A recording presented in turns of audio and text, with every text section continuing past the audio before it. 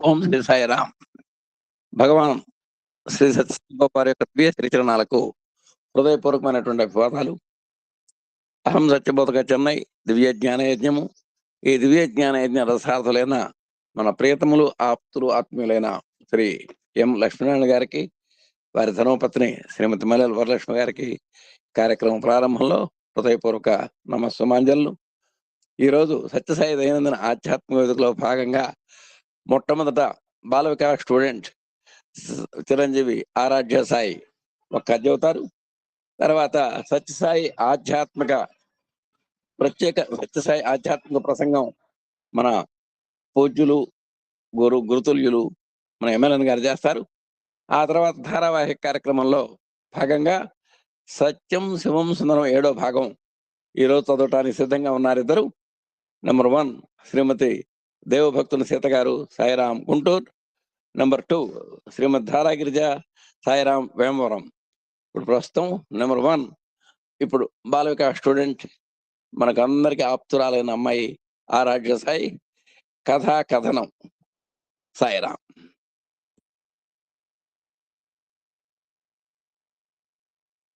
సాయిరాం సత్య గారు.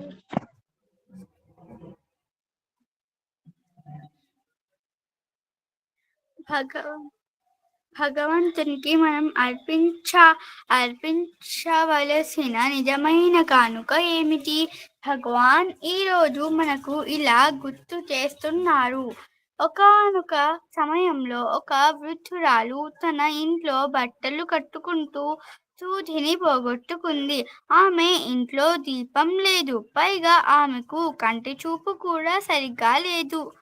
దాంతో ఆమె ఆ సూదిని వెతకలేకపోయింది. అప్పుడు ఆమె బయటకు వచ్చి వీధి దీపం కింద సూది కోసం వెతకడం ప్రారంభించింది. ఆ దారిలో వెళ్తున్న ఒక విద్యార్థి అది చూసి, అవ్వా, ఏం వెతుకుతున్నావు అని అడిగాడు. ఆ వృద్ధురాలు తాను సూది కోసం వెతుకుతున్నానని చెప్పింది. అప్పుడు ఆ విద్యార్థి, అవ్వా, ఆ సూది ఎక్కడ పడిపోయిందో చెప్పు అని అడిగాడు.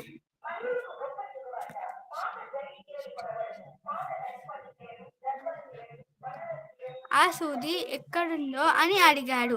ఆ ముసలామె, నా గుడిసెలో దీపం లేదు, వీధిలో వెలుగు ఉంది, అందుకే నేను ఇక్కడ వెతుకుతున్నాను అని చెప్పింది. చూసారా, ఇంట్లో పోగొట్టుకొని వీధిలో వెతకడం. ఈరోజు మనిషి చేస్తున్నది కూడా ఇదే. పరమానందం మరియు ప్రేమ అంతా తన లోపలే ఉన్నాయి, కానీ అతను వెర్రివాడిలా బయట వెతుకుతున్నాడు. బాహ్యమైన ప్రేమ మరియు ఆనందం తాత్కాలికమైన, దేవునితో సంబంధం మాత్రమే శాశ్వతమైనది. మానవ శరీరం అశాశ్వతమైనది. తాత్కాలికమైన ఈ శరీరం నుండి శాశ్వతమైన ఆనందాన్ని ఎలా పొందగలం? మనం యోగా, ధ్యానం మరియు జపం వంటి ఆధ్యాత్మిక సాధనలు చేస్తాము. అవి కూడా తాత్కాలిక సంతృప్తిని మాత్రమే ఇస్తాయి. భగవంతునిపై ఉండే ప్రేమ మాత్రమే శాశ్వతమైనది, ఆనందాన్ని ఇస్తుంది. మీ మనసును ఇంద్రియ సుఖాల నుండి మళ్లించి దేవునిపై నిలపండి.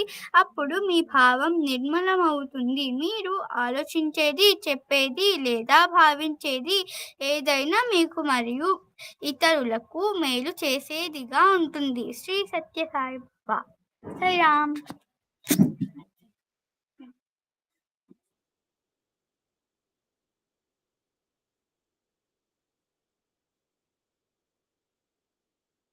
వండర్ఫుల్ అమ్మా. నిజంగా అండి, మనం ఆ పిల్లని అప్రిషియేట్ చేయాలి అందరూ. మీ అందరికీ తెలుసు, రోజుకు మినిమం ఒక 20-30 మెసేజ్లు ఉంటాయి, ఒక్కొక్కరు ఇంకా ఎక్కువ కూడా ఉంటాయి. ఈ స్వామివారు చెప్పిన ఒక మెసేజ్ని ఎంత చక్కగా చూడండి. పెద్దవాళ్ళే చదవటం కష్టం. ఇప్పుడు నేనేం పెడుతున్నానంటే నేను తెలుసుకోవడానికి పెడుతున్నాను. ఏదో మీరెవరో చదువుతారు, ఇప్పుడు ప్రశాంత నిలయంలో 40,000 మంది కూర్చుంటే స్వామి చెప్తే ఎంతమంది వింటారు స్వామి తెలుసు.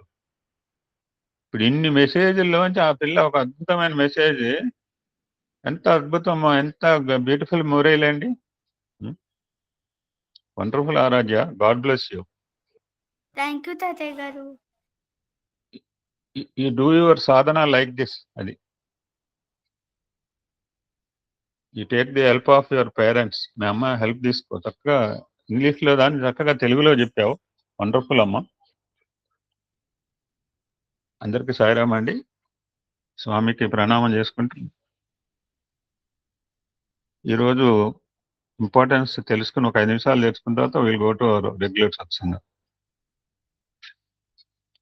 నేను ఈ మధ్య ఒక వీడియో క్లిప్పింగ్ పెట్టాను, చూసే ఉంటారు. చాలా రోజులైంది.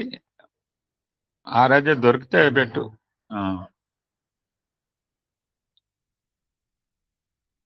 టుడే మత్స్య జయంతి అండి. అంటే దశావతారాల్లో ఫస్ట్ అవతారం అన్నమాట. ఎందుకు అవతరిస్తాడు అంటే ధర్మరక్షణ కోసం. ఏ అవతారమైనా అంతే. కేవలం ఈ అవతారాలు ఒకసారి పరిశీలిస్తే మత్స్య కూర్మ వరాహ నారసింహ ఇవన్నీ కూడా ఒక సిస్టమాటిక్ ప్రొసీజర్ అనమాట. It will show the evolution, పరిణామ క్రమం ఎలా జరిగిందో కూడా చెప్తారు. స్వామి యొక్క సత్సంగాలు కూడా స్వామి టచ్ అమీబా రీసెంట్లీ, అది మనం తెలుసుకుందాం. అంటే స్వామికి కూడా అమీబా తెలుసు అంటే స్వామికి తెలియనిదే ఉంటుంది. సో సమస్త సృష్టి కూడా జలంలోంచి వచ్చిందని తెలియటానికి ఈ యొక్క మత్స్య జయంతి అనమాట. జల ఆవిర్భావానికి సూచన అనమాట. ఇక్కడ ఇందులో 2 రకాలు ఉంటాయి అన్నమాట. ఒకసారి వీడియో ఆరాధ్య దొరికితే చూడు. ఇందులో 2 అంశాలు ఉంటాయి. చాలా బాగా తీశాడు ఆ వీడియో అండి. 15 నిమిషాలు మత్స్య అవతారం, ఎలాగా ప్రళయం రావటం. ఇక్కడ బ్రహ్మకి ఒక పగలు అంటే 1000 మహాయుగాలు గడిస్తే ఆయన he stop the creation, he will go to sleep. అప్పుడు ఏమవుతుందంటే బ్లాక్ హోల్లోకి వెళ్తుంది. దిస్ ఈజ్ కాల్డ్ నైమిత్తిక ప్రళయం. అలాగా ఎన్ని రోజులు ఉంటుందంటే 1000 మహాయుగాలు గడిచాక మరలా ఆయన నిద్ర లేస్తాడట. Then he will start recreation. This is called kalpam అంటారు. అటువంటి వరాహ కల్పంలో ద్రవిడియన్ ఏరియాలో సత్యవ్రతుడు ఒక రాజు ఉంటాడు.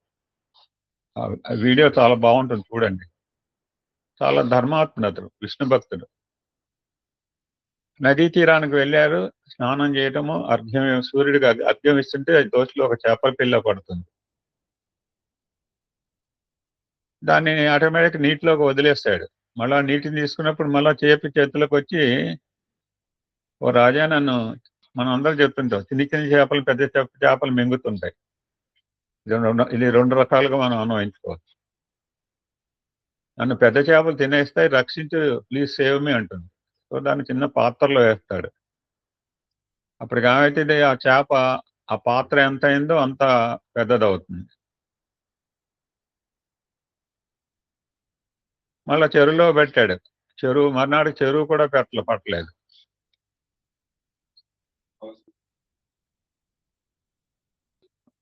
అప్పుడు రాజు దాన్ని సముద్రంలో వదులుతాడు. అప్పుడు ఆ చేప శతయోజన అని ప్రమాణంలో పెరుగుతుంది. అప్పుడు చెప్తాడన్నమాట, నేను సాక్షాత్ శ్రీమన్నారాయణ్ణి, 7 రోజుల్లో ప్రళయం వస్తుంది, అన్ని జీవరాశులు నశించిపోతాయి, ఈ లోకమంతా కూడా మహాసాగరం అయిపోతుంది, నువ్వు మాత్రం నశించకూడదు. పెద్ద ఒక నౌకను తీసుకో, దానిలో రీసృష్టి కావాలని ఔషధాలు, బీజాలు అన్ని వేసుకో, సిద్ధంగా ఉండు.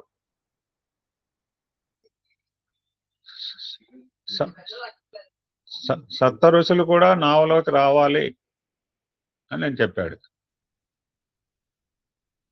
అప్పుడు మీనరూపుడైన నారాయణుడు ఒక పెద్ద చేపగా తన కొమ్ముకు మహాసర్పం వాసుకుని తీసుకొచ్చి ప్రళయాన్ని సేవ్ చేస్తాడు.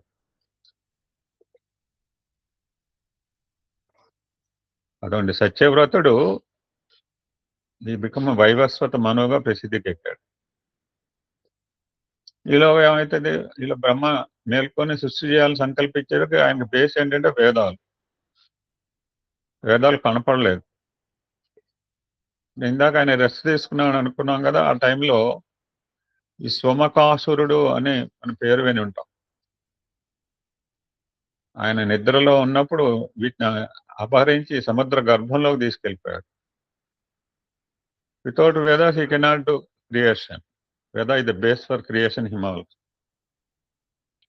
సో బ్రహ్మ శ్రీమన్నారాయణ ధ్యానిస్తే అప్పుడు ఆయన ఆ చేప రూపంలో వచ్చి జలనిధి అన్వేషించి సోమకాసుడితో పోరాడి ఆ కడుపు దీల్చి వేదాలను ఒక శంఖం కూడా తీసుకొస్తారు, దక్షిణావర్తం. ఆ శంఖం తన దగ్గర పెట్టుకున్నాడు, వేదాలని బ్రహ్మకు ఇచ్చాడు. ఇది రెండవ మత్స్యావతారం.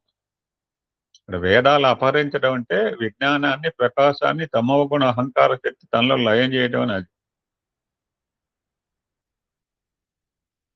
రాక్షస నాశనంతో మరలా ఆయన పని మొదలు పెట్టాడంటే తమస్సు అంతరించింది. బ్రహ్మదేవుడు తన సహజ స్వరూపాన్ని పొందటమే మరల వేదాలని గ్రహించటం అని అర్థం అనమాట. ఇన్నర్ సెన్స్ లో అతను పరబ్రహ్మ ఎవరంటే సర్వవ్యాపకుడు. నేను గాయత్రి మంత్రంలో చెప్పినప్పుడు తేజస్వరూపుడే పరమాత్మ. ఈరోజు టుడే ఇస్ మత్స్య జయంతి అండి.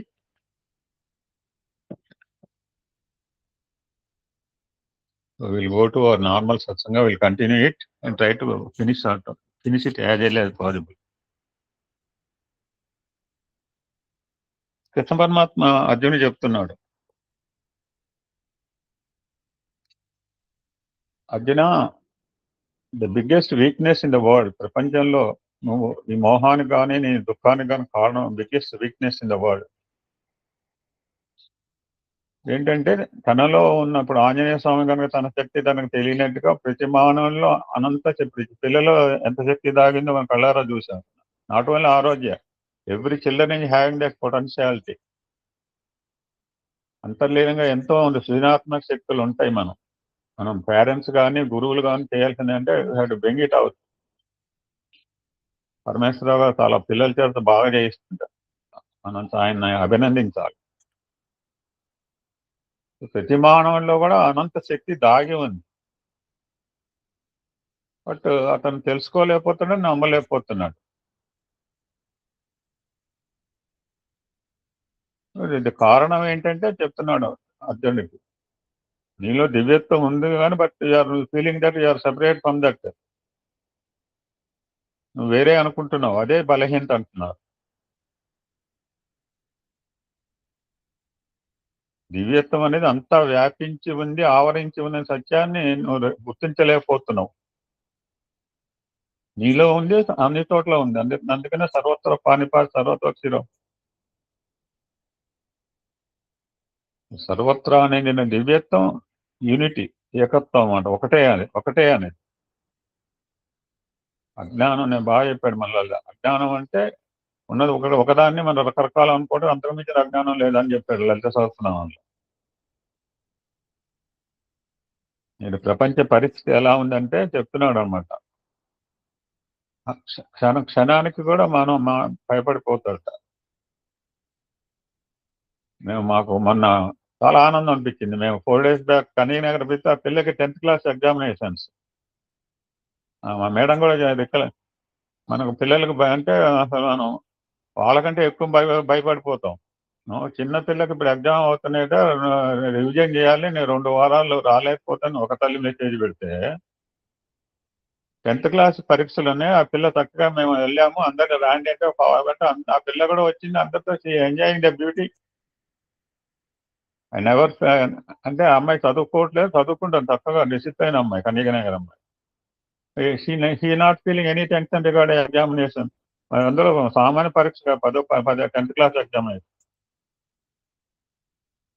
ఆ విధంగా పరీక్షల్లో కూడా గుడికి వచ్చి వెళ్ళేవాడు సామమూర్తి బ్రదర్. నేను సత్యం చెప్తున్నానండి. ట్యూషన్ నుంచి వెళ్తూ సాయి ప్రశాంత్ మందిరం వచ్చి రాత్రి సాయంత్రం పూట వచ్చి దండం పెట్టి విభూతి పెట్టుకు వెళ్ళేవాడు. అతను టెలికాం డిపార్ట్మెంట్ లో జేటీఓ, సాబమూర్తి బ్రదర్ అన్నమాట. సో ఇప్పుడు పరీక్షలు వస్తే భయం. మన స్వామి సినిమాలో కూడా చూపించాడు అనంతాలు. ఏరోప్లేన్ కొంచెం అటు ఇటు కదిలినంటే భయం. నేనైతే ఎక్కలేదు, నాకు భయమే లేదు. రిక్షాలో పోతున్నాం అంటే స్వామి ఎప్పుడో చెప్పిన మెసేజ్, ఆల్మోస్ట్ 45 years బ్యాక్. అంటే అప్పటికి రిక్షాలు ఉన్నాయి విజయవాడలో, మేము కూడా రిక్షాలు ఎక్కిన వాళ్ళమే. రిక్షాలో పోతుంటే ఎదురుగా లారీ వస్తుంటే భయం. పొద్దున్న లేచిన దగ్గర రాత్రి పడుకునే దాకా ప్రతిదానికి భయమే. సరే పడుకున్నప్పుడు ఏ దొంగ వస్తాడో అప్పుడు కూడా భయం అండి. మాకైతే నిర్భయం. ఇక్కడైతే పగలపూట కూడా తాళాలు వేస్తుంటారు, నేను రాత్రిపూట కూడా తాళాలు వేయాను. సో హ్యూమన్ బీయింగ్, సో నీ దుఃఖానికి నీ యొక్క ఈ స్థితి కారణం ఏంటంటే నీలో భయం ఉన్నది అని చెప్తున్నాను పరమాత్మ అంశాడు. నువ్వు అభయుడు కావాలి. ఎప్పుడు వస్తుందంటే దైవ విశ్వాసం. నేను ఏదో భావన అనుకుంటున్నావు, భావన చుట్టూ తిరుగుతున్నావు, నాలో దివ్యత్వాన్ని నువ్వు గుర్తించలేకపోతున్నావు. ఎప్పుడైతే ఆ యొక్క విశ్వాసం పోయినప్పుడు భయానికి తావు ఉంటుంది. నేను ఎవరో సత్యాన్ని నువ్వు మర్చిపోతున్నావు. నువ్వు కేవలం 5 అంగాలతో కూడా మానవుడుగా అనుకుంటా. అక్కడ బ్యూటిఫుల్ మ్యాన్ అంటే నిన్న కూడా మేడం చెప్పింది. మ్యాన్కి ఇంకో స్వామి ఇంకో పదం చెప్తారు. మనం కూడా స్వామిని 5.5 అంగుళం మామూలుగానే ఫీల్ అయ్యాం, సామాన్యుగా వచ్చాడు. సో రామకథరాజు స్వామిని చదువుతున్నాను, ఏదో సంకల్పం వచ్చింది శ్రీరామనవమిలో 2 వారాలు చదవాలి. ఎంత ఆనందం కలుగుతోందండి నిన్న నుంచి. ఐఎమ్ గోత్రింగ్ ద బుక్ రామకథరాజు స్వామి. ఎంత అద్భుతంగా రాశారు స్వామి, కళ్ళ ముందు కనపడుతుంది రామాయణం.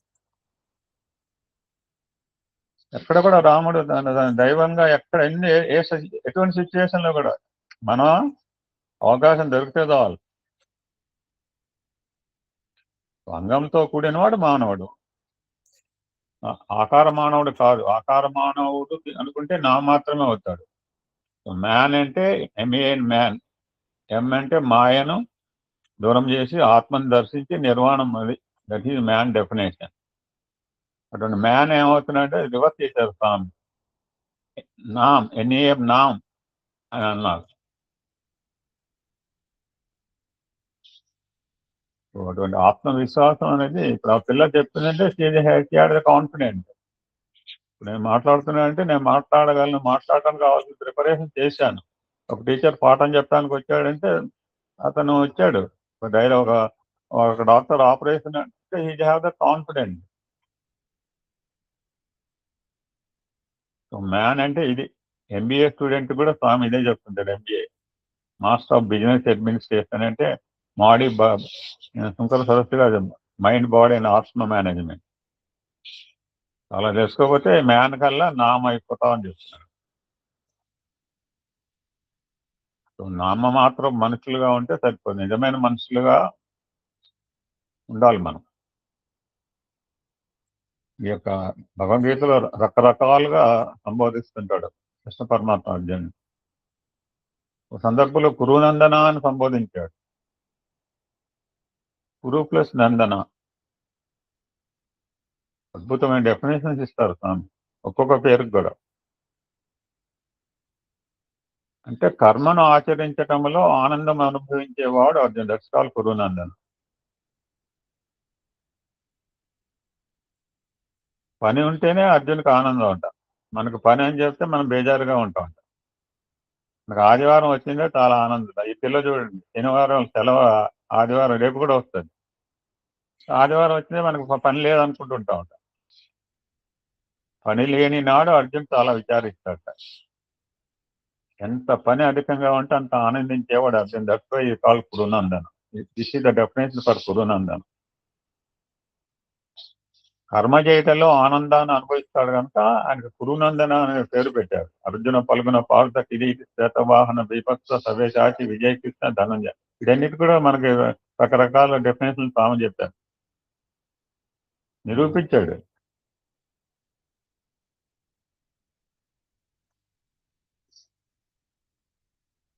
24 లక్షణాలు చెప్పారు. అందులో ఓర్పు, క్షమ, దయ, భూతదయ, అహింస, ఇవన్నీ కూడా చాలా సింపుల్, మనందరికి తెలిసిందే. నిన్న హైమత్ గారు ఇంది పాపం వాయిస్ బ్రేక్ అని చాలా పెద్ద మెసేజ్ పొద్దున్న బాధ, అమ్మ మీరు బాధపడకండి, మేము మీ మాటలు విన్నాం చాలన్నా. అదే కోపం రాల వాయిస్ బ్రేక్ అయినప్పుడు.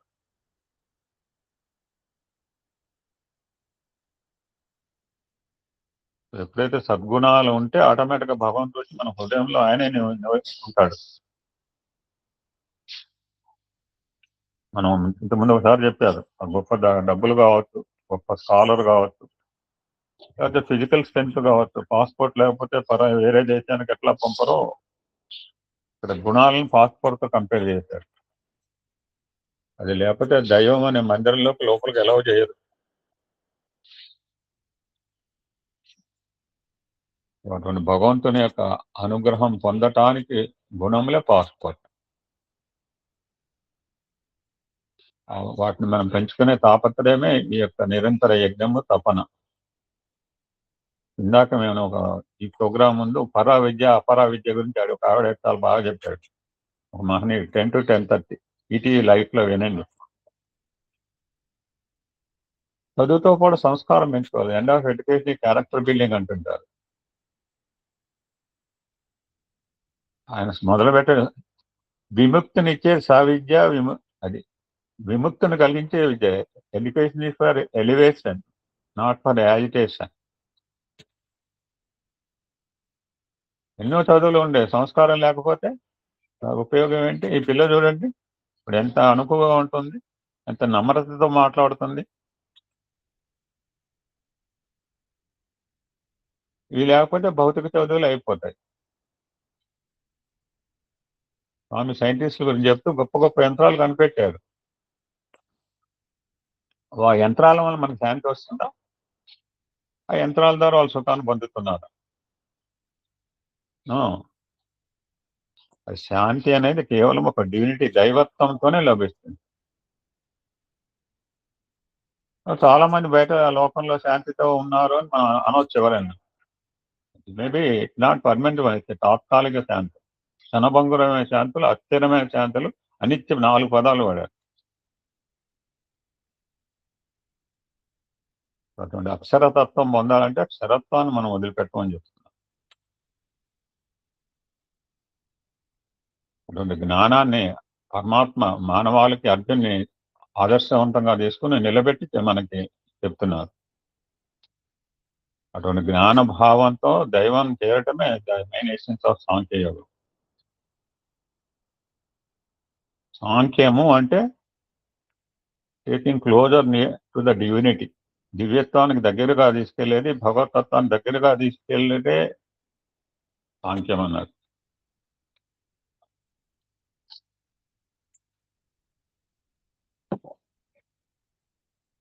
శ్లోకము, శోకము. మనకు రామాయణం అప్పుడు ఒక మాట వచ్చింది, శ్లోకము, శోకము. ఆయనకు శోకము వచ్చేటప్పుడే ఆ శోకము శ్లోకం రూపంలో ధరించింది. నేను పుస్తకం చదివితే నేను ఇంతకుముందు 2-3 సార్లు నేను రాంగ్ ఇంటర్ప్రిటేషన్ చేశాను. రామకథ రసవాహిని నిన్న మళ్ళా చదివేటప్పటికి నాకు గుర్తు. పద్మా భయానికి తెలుసు, రేపు శ్రీరామనవమి రోజు ఆ రోజు ఉత్తరిద్దాం అంటే ఆ బుక్ లో అలా రాశాడు. నిన్న పుస్తకం చదివేటప్పుడు నాకు యాక్చువల్ ఫ్యాక్ట్ తెలిసింది.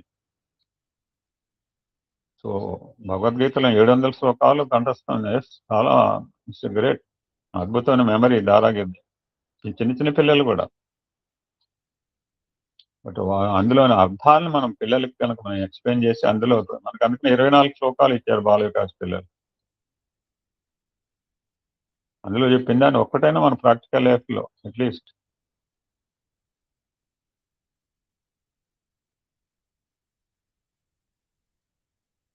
సో నీ దుఃఖానికి కారణం ఏంటంటే నువ్వు ఎరుకతో లేవు, నువ్వు జాగ్రత్తగా లేవు, నువ్వు నీ యొక్క వివేకాన్ని ఉపయోగించట్లేదని చెప్తున్నాడు పరమాత్మ. అందువల్ల నీకు దుఃఖం వస్తుంది, నువ్వు యుద్ధం అంటే భయపడుతున్నావు.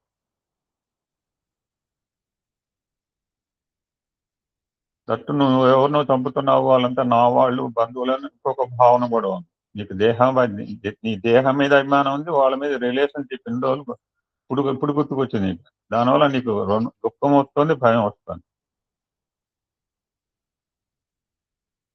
సో దట్స్ వై నువ్వు చేయాల్సిందిలా యూ మస్ట్ డెవలప్ సమ్యక్ దృష్టి. మనం సుదర్శనము అంటారు. సుదర్శనం అంటే అద్భుతమైన సుదర్శన చక్రం కూడా చూస్తాం. ఇప్పుడు సమ్యక్ దృష్టి అంటే స్వామి నథింగ్ బట్ సుదర్శనము అన్నారు. చిన్న టాపిక్ తో కెన్ క్లోజ్ అండి.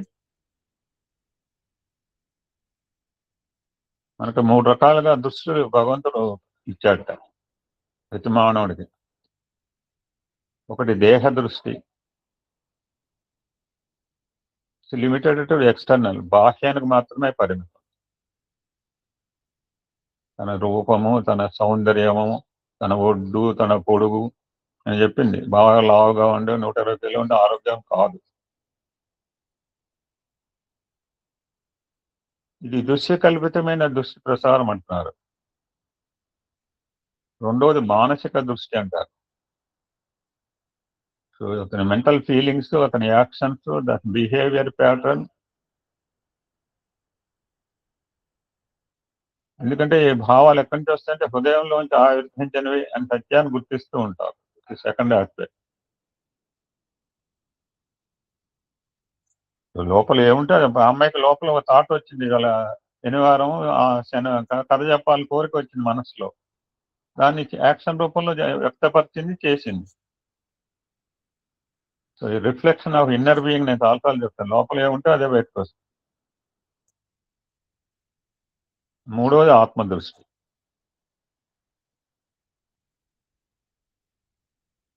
ఇక్కడ చర్యలు కావు, రూపురేఖలు కావచ్చు, ఒడ్డు లేదు, పొడుగు లేదు, రంగు లేదు. ఇక్కడేమో అవేమి రావు, ఆలోచనకు రావు. ఆలోచనకు రావు, యోచించడం, గుర్తించడం.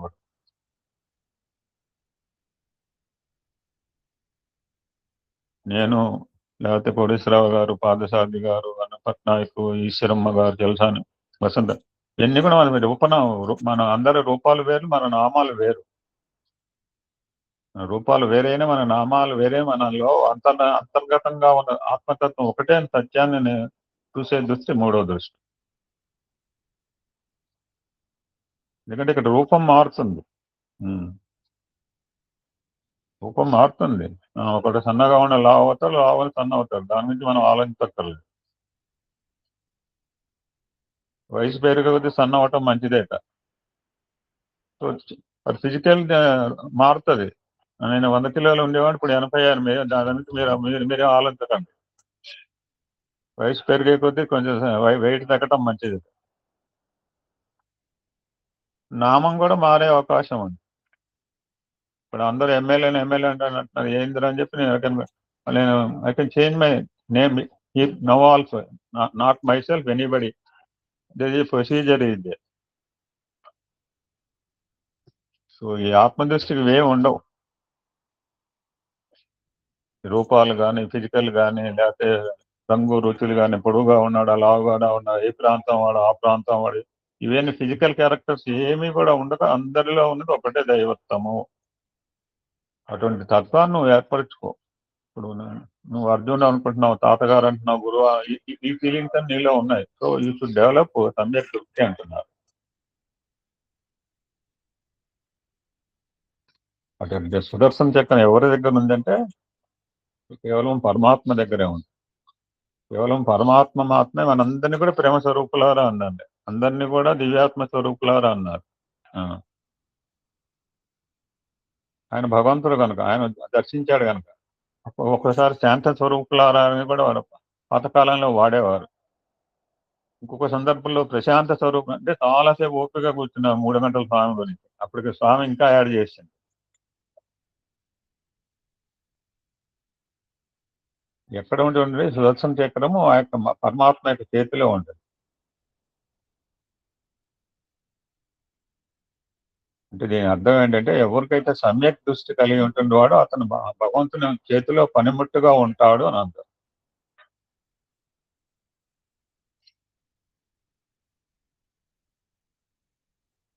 సో భగవంతుని స్వాధీనం మనకు రుద్రం చెప్తుంది. కేవలము అక్కడే చేరటం కాదు, సదాశివ తత్వం భగవంతుని స్వాధీనం కాకుండా భగవంతుడు కూడాను కావే అవకాశం ఉందని చెప్తున్నారు. దట్స్ వై భరతుడు కావచ్చు, మోజస్ కావచ్చు, లేకపోతే ఉద్ధవ్ నిరంతర నామం అన్నమాట.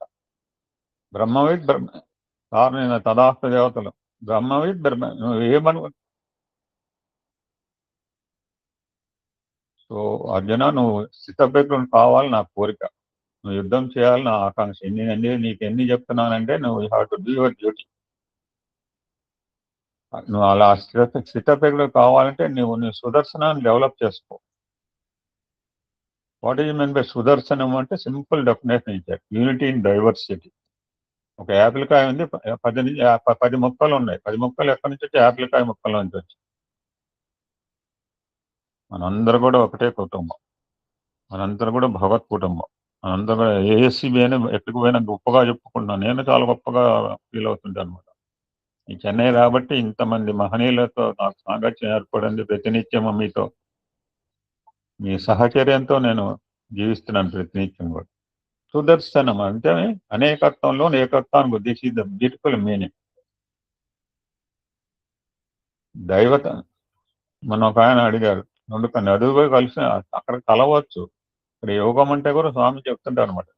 యోగ స్థితిని చెప్పి అసలు 2 ఉంటే కదా, నేను నువ్వు ఒకటే.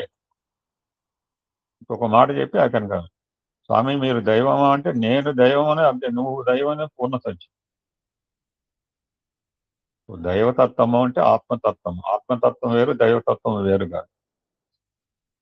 సో ఫైనల్ గా ఇక్కడ ఏం చెప్తున్నారంటే, అర్జున టర్న్. అది నేను అనిపించింది అన్నమాట. నేను ఫ్రైడే రోజు ఇక్కడ శృంగేరి పీఠంలో 8 to 9:30 అభిషేకం చేస్తుంటారు చంద్రమౌళీశ్వరు. మంత్రం ఏర్పడుతుంది. ఇక్కడి నుంచి వెళ్ళి అక్కడ చూశాను, అక్కడ కళ్ళు మూసి కూర్చున్నాను. దట్స్ వై అర్జున, నీ దృష్టిని ఆత్మ వైపు మరల్చు అని బోధించాడు. నేను అమ్మగారు నాకు, నేను ధ్యానంలోకి వెళ్ళినా బంగారు నాన్న అంటుంటే నాకు అనిపించింది, 12 గంటలు 12:30 ప్రాంతాల్లో ధ్యానానికి వెళ్తాం. మనం కూడా ఎంత సమయాన్ని బాహ్యంగా చూడటానికి వాడుతున్నామా అని నాకు ఇప్పుడు అనిపిస్తుంది అన్నమాట.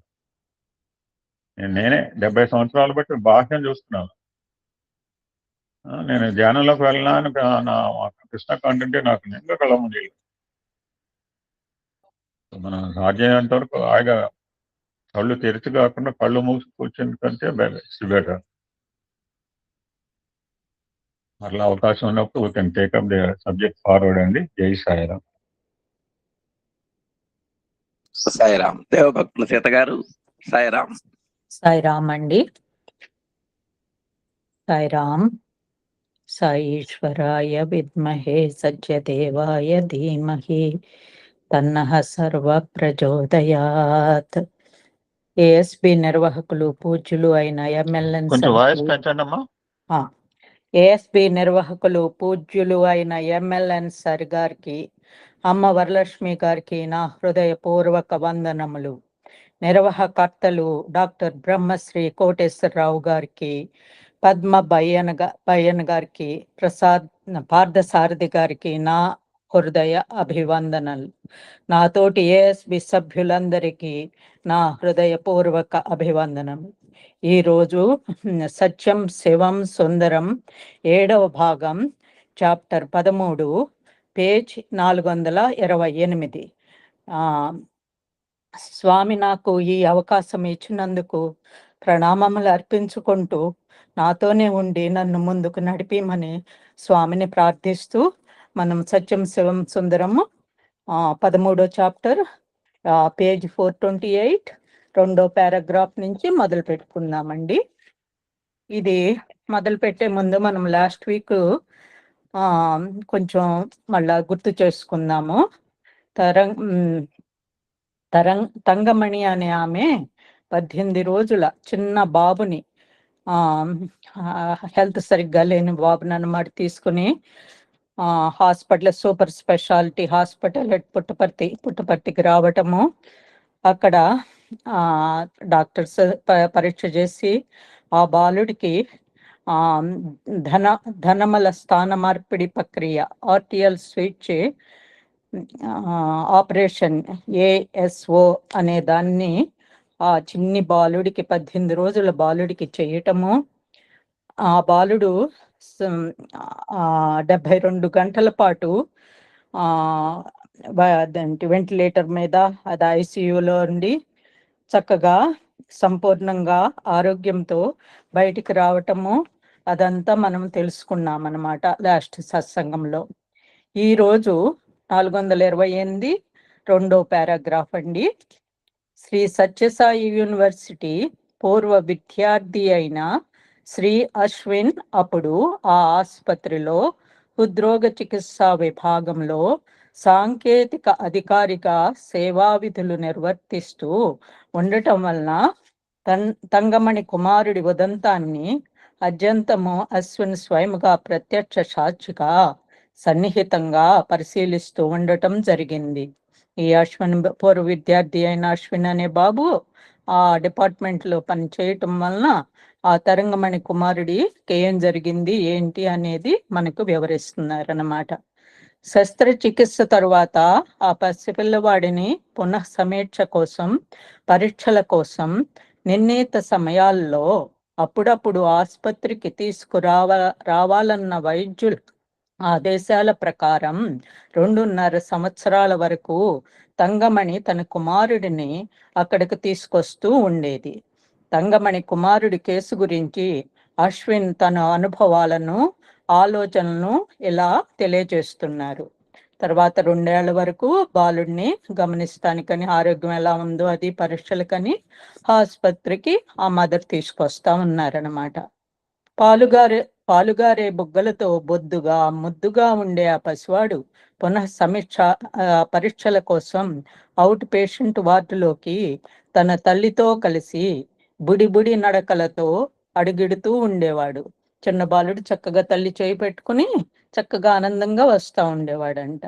ఆ పసివాడి పెదవులపై చిందులు వేసే చిరునవ్వులను, అతడి కళ్ళల్లో మెరిసే కాంతులను చూస్తే ఒకప్పుడు భయంకర లోపభూయిష్టమైన గుండెకు జరిగిన శస్త్రచికిత్సతో ఛాతీపై ఏర్పడిన అత్యంత బాధాకరమైన కత్తిగాట్ల గుర్తులతో ఉండిన ఆ పసిపిల్లవాడు ఇతనే అంటే ఎవరికి నమ్మబుద్ధి కాదు. ఆ 18 నెలల చిన్న బాలుడిగా ఉన్నప్పుడు 2 ఏళ్ల లోపల అలా వస్తా ఉంటేనా ఆడేనా చిన్న బాలుడేనా ఇలా చక్కగా ఆడుకుంటా కేరింతలు కొడతా వస్తున్నాడని అందరికీ ఆ డిపార్ట్మెంట్ లో ఆశ్చర్యంగా ఉండేదంట. ముద్దులోలికే ఆ పిల్లవాడి తొలిపులుపుల గురించి, తడబడుతూ తన వైపుగా వేసే అతడి తొడి అడుగుల గురించి అతిశయోత్సాహాలతో చెబుతూ తన మురిపాల మూట అయిన ఆ చిన్నారి బాలుడి ఇప్పుడు నీలి వర్ణుడు కాడని ఆనందంగా మాతృగర్వంతో చెప్పుకునేది ఆ తల్లి కూడా, తంగమణి కూడా చాలా సంతోషంగా ఇప్పుడు నా బాబు చాలా స్వామి దయ వలన చాలా ఆరోగ్యంగా ఉన్నాడని సంతోషంగా ఉండేదన్నమాట. క్రమంగా ఆ పిల్లవాడిని బడికి పంపించటం, వాడు కూడా ఇతర సాధారణ పిల్లలందరిలాగానే చదువు సంధ్యలతో ఆటపాటలతో పెరుగుతూ ఉండటం చూడగలిగినందుకు ఆ మాతృహృదయం అమితంగా ఆనందించేది. బాలుడు మామూలుగా స్కూల్కి వెళ్ళి చిన్నపిల్లల్లాగానే ఆటలతో మామూలు రెగ్యులర్ బాయ్ లాగా పెరగటం వలన తంగమణి చాలా సంతోషంగా ఉండేదన్నమాట. సహజంగా నిరుపేదలలో మాత్రమే ప్రత్యేకించి కనపడే నిరాడంబర నిర్మల ప్రేమ, మనఃపూర్వకమైన కృతజ్ఞతా భావాలను అభివ్యక్తం చేస్తూ ఇప్పుడు మేము వీడికి ఒక పేరు కూడా పెట్టాము. అంతకుముందు మనకు గుర్తు తెచ్చుకుంటే తంగమణి బాబు పేరమ్మా ఏంటమ్మా అని అడిగితే అడ్మిషన్ రోజున తంగమణి కొడుకు అని చెప్పిందనమాట. ఆ చిన్న బాలుడికి అప్పుడు పేరు కూడా పెట్టలా. అందుకని ఈ స్టాఫ్ అంతా కలిసి అశ్విన్ చదువుతున్నాడు. భగవంతుడి అనుగ్రహ ప్రసాది అయిన వీడికి భగవంతుడి అనుగ్రహంతో ఆయురారోగ్యాలతో ఉన్నాడని ఆ బాబుకి సాయి ప్రసాద్ అనే పేరు పెట్టారు. ఆ బాలుడికి సాయి ప్రసాద్ అనే పేరు పెట్టారనమాట. నిజంగా మా కుటుంబానికి శ్రీ సత్యసాయి భగవానులు ప్రసాదించిన ప్రేమ కానుకే వీడు అంటుంది తంగమణి. అటువంటి అమోఘమైన ప్రేమ, కృతజ్ఞతలతో నిండిన అద్భుత క్షణాలను ప్రత్యక్షంగా వీక్షించినప్పుడల్లా అవి మాకు భగవానుల దివ్య ప్రేమ ప్రకటనలుగా స్వామివారి అనంత ప్రేమతత్వాన్ని ప్రతిబింబిస్తుంటే దివ్యానుభూతులుగా మిగిలిపోతాయి. అలాంటి అద్భుత దివ్య లీలా ఘటాలను కళ్ళారా గాంచినప్పుడు అసాధ్యాలను సుసాధ్యాలు గావించగల భగవానుల దివ్య సంకల్ప శక్తి ముందు, వారి మహోన్నత ప్రేమ తత్వం ముందు మన ఎంతటి అల్పులమో సూక్ష్మ జీవులమో కదా అన్న సత్యం అవగతమై మనలో అణుకువ నమ్రతాభావములు ఉద్దీపములవుతాయి. ఆ ఆసుపత్రి లోగిలిలో సేవలు చేసే సిబ్బంది, సేవలు పొందే రోగులు ఉభయులు కూడా ఒకే వేదికపై నిలిచి అసంఖ్యాక జీవితాలను నిశ్శబ్దంగా ఉపచైతన్యావస్థలో కూడా నిరంతర ప్రభావితములను గావిస్తున్న భగవానుల మహాశక్తివంతమైన దివ్య సంకల్పం.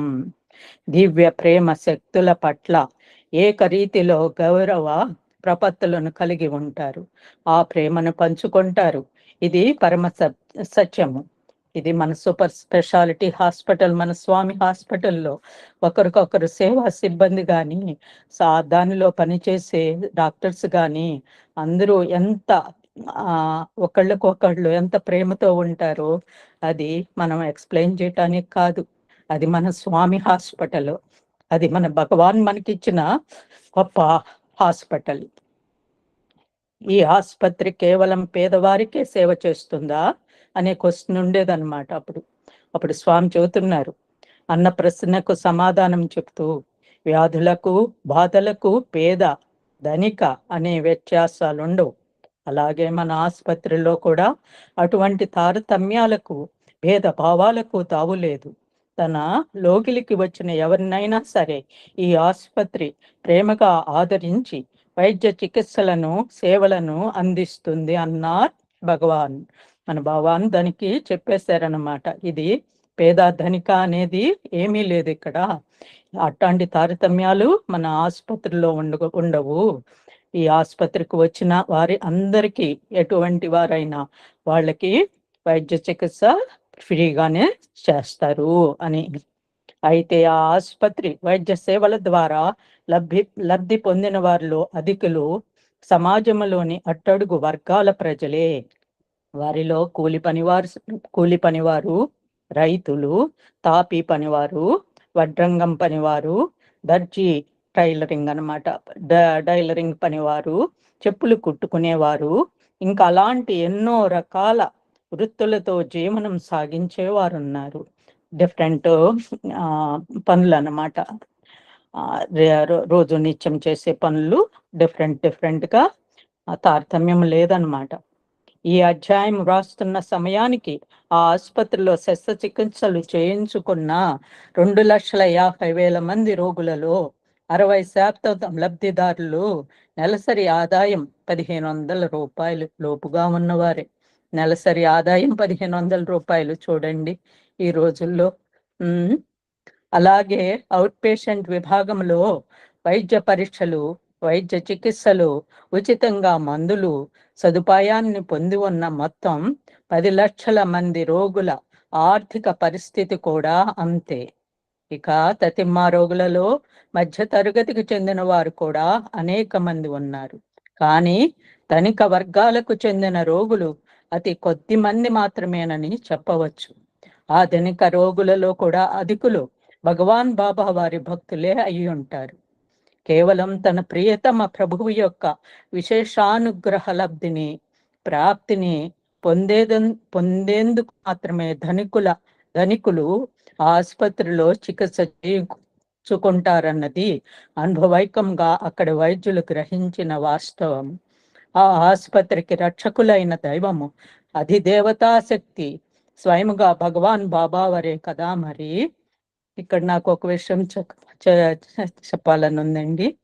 ఈ మధ్య మనం రీసెంట్గా గుంటూరు సమితికి అధ్యక్షులైన కోవెలమూడి నారాయణరావు గారు తెలుసు కదా.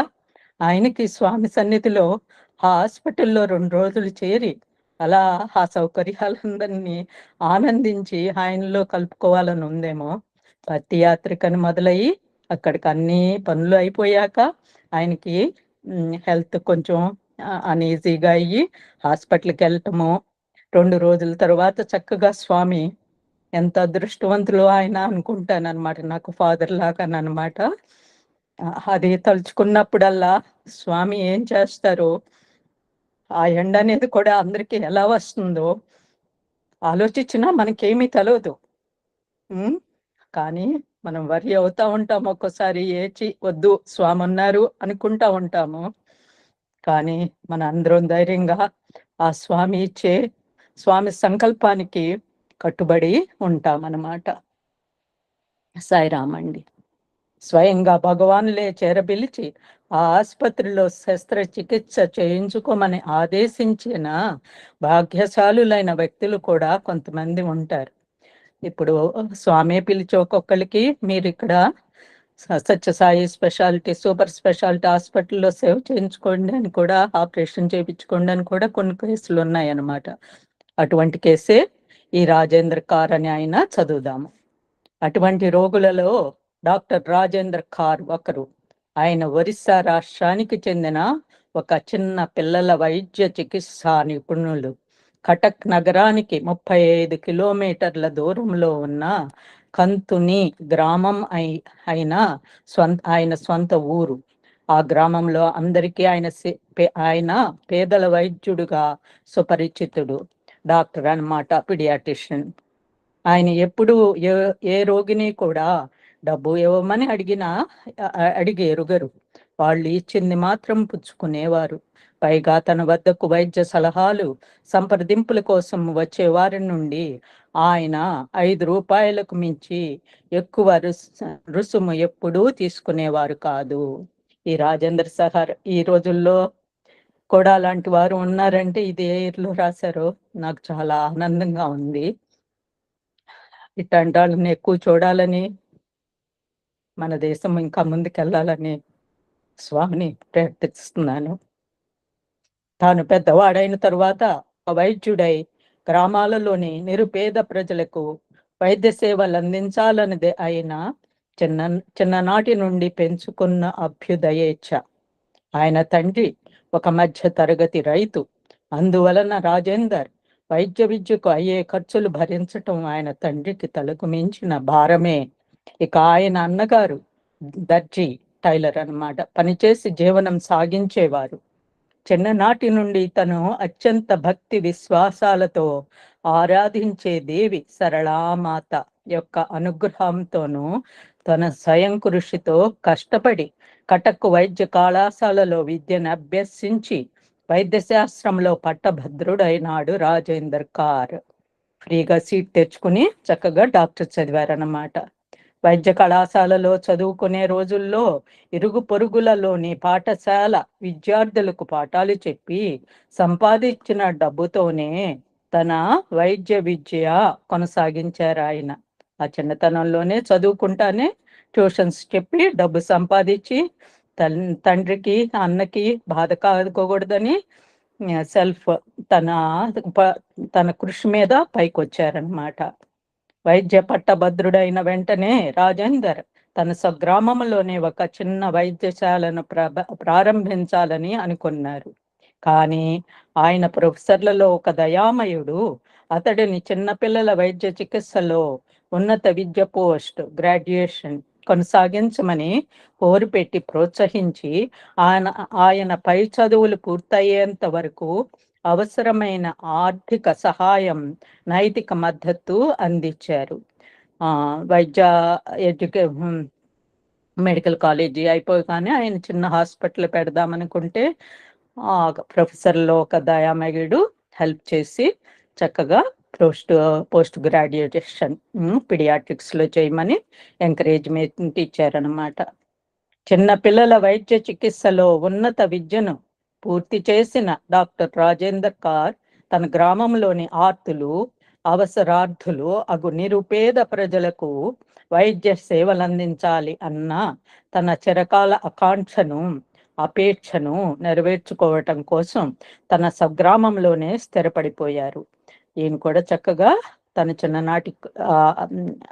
చిన్ననాటి కోరికలాగానే అటు ఇటు కోరికలాగా ఆ ఊర్లోనే ఉండి అటు ఇటు వెళ్లకుండా అక్కడే చిన్న హాస్పిటల్ చక్కగా పెట్టారనమాట. తన చిన్ననాటి కలలను నెరవేర్చుకోవటంలో తనకు సంపూర్ణ అనుగ్రహం ప్రసాదించిన దేవి సరళమాత అపార కరుణను తలుచుకొని ఆయన పలుమార్లు కన్నీటి పర్యంతమై చలించిపోయేవారు. మాతృస్వరూపిణి అయిన ఆ దేవి కూడా కొన్నిసార్లు అతనికి కలలలో దర్శనమిచ్చి ఆశీర్వదించేవారు. అతని కుటుంబ సభ్యులైన తల్లిదండ్రులు, సోదరి, భార్య, ఒక కుమారుడు, వీరితో కలిసి డాక్టర్ రాజేంద్ర గారు సంతృప్త జీవనం గడపసాగారు. కుటుంబం అంతా సరళామాతని, అందులో రాజేంద్ర గారు సరళామాత అన్ని గైడ్ చేస్తా ఆయన చేయిని పట్టుకుని నడిపిస్తాందనమాట. ముందు ఇంకా చూద్దాము. అయితే గ్రామాలలో వైద్య వృత్తి సాగించటం కొన్ని విచిత్ర సమస్యలతో కూడిన పనే అని చెప్పాలి. ఆ డాక్టర్ గారి మంచితనాన్ని ఆసరాగా అలుసుగా తీసుకొని తమ స్వార్థ స్వప్రయోజనాల కోసం ఆయనను అన్యాయంగా దోచుకోవటానికి వెనుదీయని కొందరు అధర్మ వర్తనులైన వారు కూడా ఆ గ్రామంలో ఉండేవారు. ఆయన ఫ్రీ సర్వీస్ను చూసి కొందరు ఉంటారు కదండి, అటు ఇటు ఉంటాయి సమాజంలో, ఇన్ని హేళన బట్టి ఇచ్చేవారనమాట. తన వైద్యశాలలో రోగులకు ఉచితంగా వైద్య చికిత్సలు చేయటమే కాకుండా ఏదైనా ఆపత్కర సమయంలో అర్ధరాత్రో అపరాత్రో ఎవరైనా రోగులు ప్రాణాపాయ స్థితిలో తన వద్దకు వస్తే వారికి అవసరమైన కొన్ని ప్రాణరక్షక ఔషధాలను ఎప్పుడూ తన వద్ద సిద్ధంగా ఉంచుకునేవారు రాజేందర్. తాత్కాలికంగా అప్పటికి తాను వాడిన ఆ ఖరీదైన ప్రాణరక్షక ఔషధాల ఖరీదును మాత్రం ఆ రోగులు తరువాత తనకు తిరిగి చెల్లించాలనే ఒప్పుదల సమ్మతితో ఆ విధంగా వారికి అత్యయిక వైద్య సేవలు సహాయం చేస్తుండేవాడాయన. ఫ్రీగా సర్వీసే కాక కొన్ని మందులు వారిని కావాల్సి వచ్చే దగ్గరగా ఉంచుకుని అర్ధరాత్రి వచ్చిన వాళ్ళకి ఫ్రీగా ఇచ్చి తర్వాత తనకి పే చేయమని అడిగేవారు అన్నమాట. కానీ అలా అత్యయిక సమయాల్లో ఆయన సహాయం పొందిన వారిలో చాలా మంది డబ్బు చెల్లించగల స్తోమత ఉన్నప్పటికీ ఆ ప్రాణరక్షక ఔషధాల ఖరీదును తనకు తిరిగి చెల్లించటం లేదని ఉదార స్వభావుడైన ఆ డాక్టర్ త్వరలోనే గ్రహించగలిగారు.